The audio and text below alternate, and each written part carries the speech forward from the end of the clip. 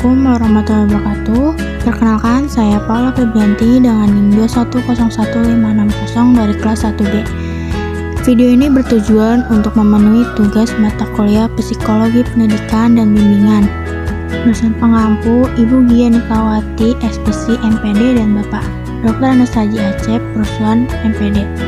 Pada pertemuan ke-9 membahas mengenai teori berpikir. Proses kognitif yang berlangsung dikarenakan adanya stimulus dan respon di mana di dalamnya terdapat keterkaitan antara mental dan perilaku. Menurut Barnard, belajar kognitif penelitiannya meliputi persepsi manusia, motivasi, belajar dan berpikir. Dalam mempelajari manusia, ia menganggap manusia sebagai pemroses, pemikir, pencipta informasi. 3 tahap berpikir menurut Barnard adalah: yang pertama ada tahap enaktif, 2 tahap ikonik, 3 tahap simbolik. Selanjutnya ada sifat berpikir. 1. Starting position, pemrosesan informasi. 2. Goal directed, menuju pemecahan masalah. 3. Finishing position atau goal stage, pemecahan masalah. Cara berpikir terdiri dari 2. Yang pertama ada induktif. Induktif adalah penarikan cara berpikir dari khusus ke umum, dan deduktif penarikan cara berpikir dari umum ke khusus. Selanjutnya berpikir kreatif. 1. Teori Gestalt berisikan tentang proses kreativitas, yaitu proses berpikir individu dalam mengkaji kembali fenomena yang sedang dianalisis.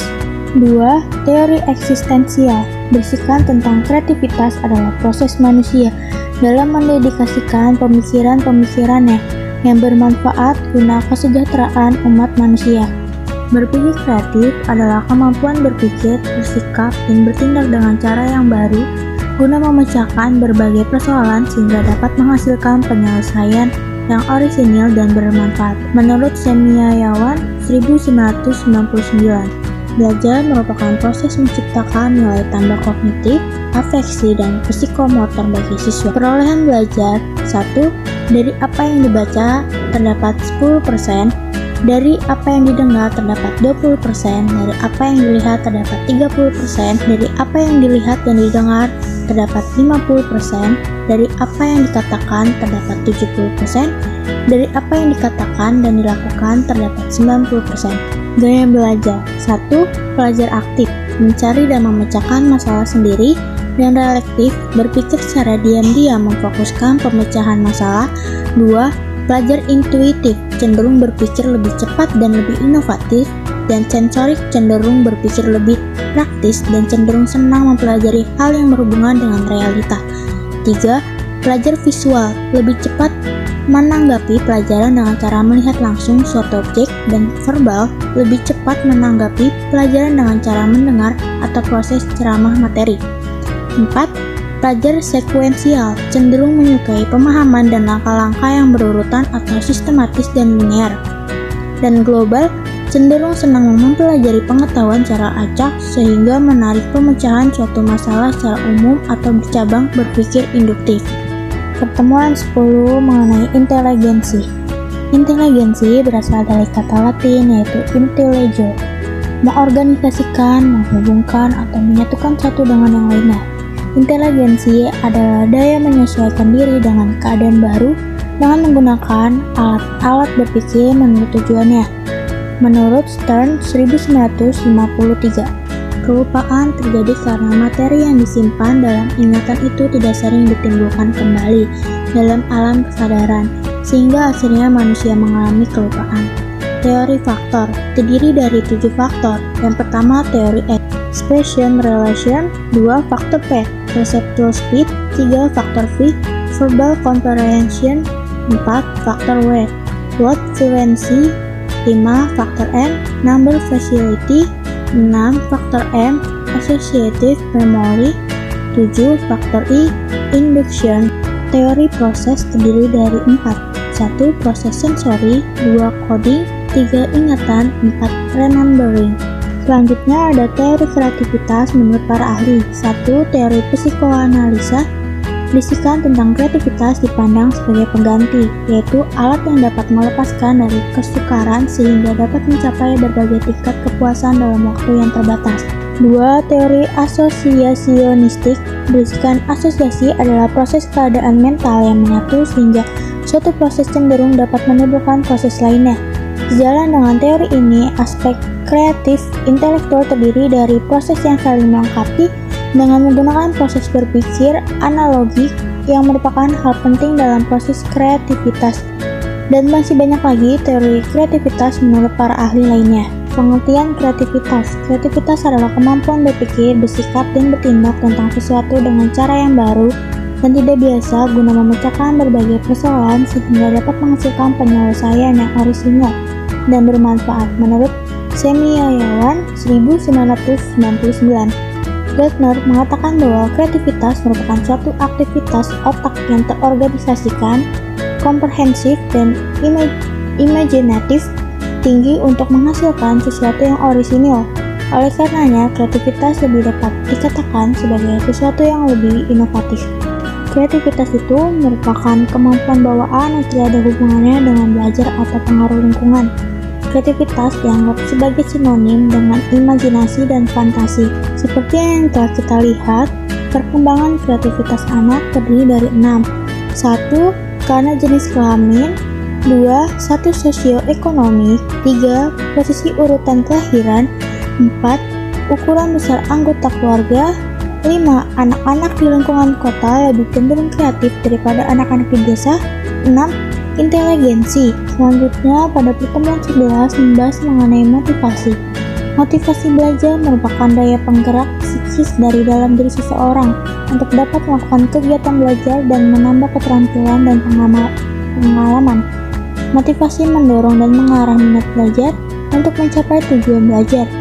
Siswa akan bersungguh-sungguh belajar karena termotivasi mencari prestasi dan untuk memecahkan masalah. Motivasi dijelaskan dengan mengkoordinasikan ketiga prinsip, yaitu 1. Suatu perilaku tertentu akan menghasilkan hasil tertentu. 2. Hasil tersebut mempunyai nilai positif baginya. 3. Hasil tersebut dengan usaha yang dilakukan seseorang. Ada 2 macam jenis motivasi. 1. Motivasi ekstrinsik. Bentuknya berupa belajar demi memenuhi kewajiban belajar demi menghindari hukuman. 2. Belajar demi memperoleh hadiah. 3. Belajar demi meningkatkan gengsi. 4. Belajar demi memperoleh pujian. 5. Belajar demi tuntutan jabatan. Dan yang kedua adalah motivasi intrinsik.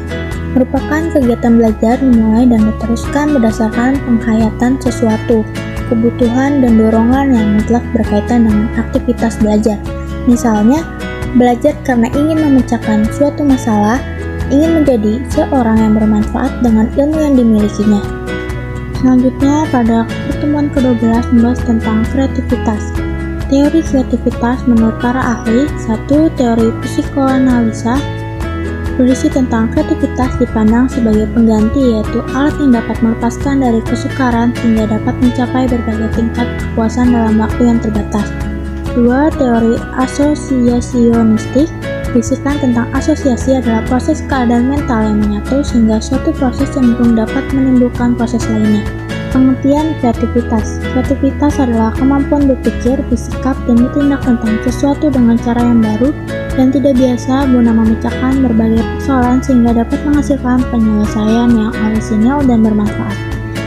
Gardner mengatakan bahwa kreativitas merupakan suatu aktivitas otak yang terorganisasikan, komprehensif, dan imajinatif tinggi yang menghasilkan sesuatu yang orisinal. Perkembangan kreativitas anak dapat kita lihat terdiri dari 6. 1. Jenis kelamin. Anak laki-laki menunjukkan kreativitas yang lebih tinggi daripada anak perempuan, terutama di masa-masa perkembangannya.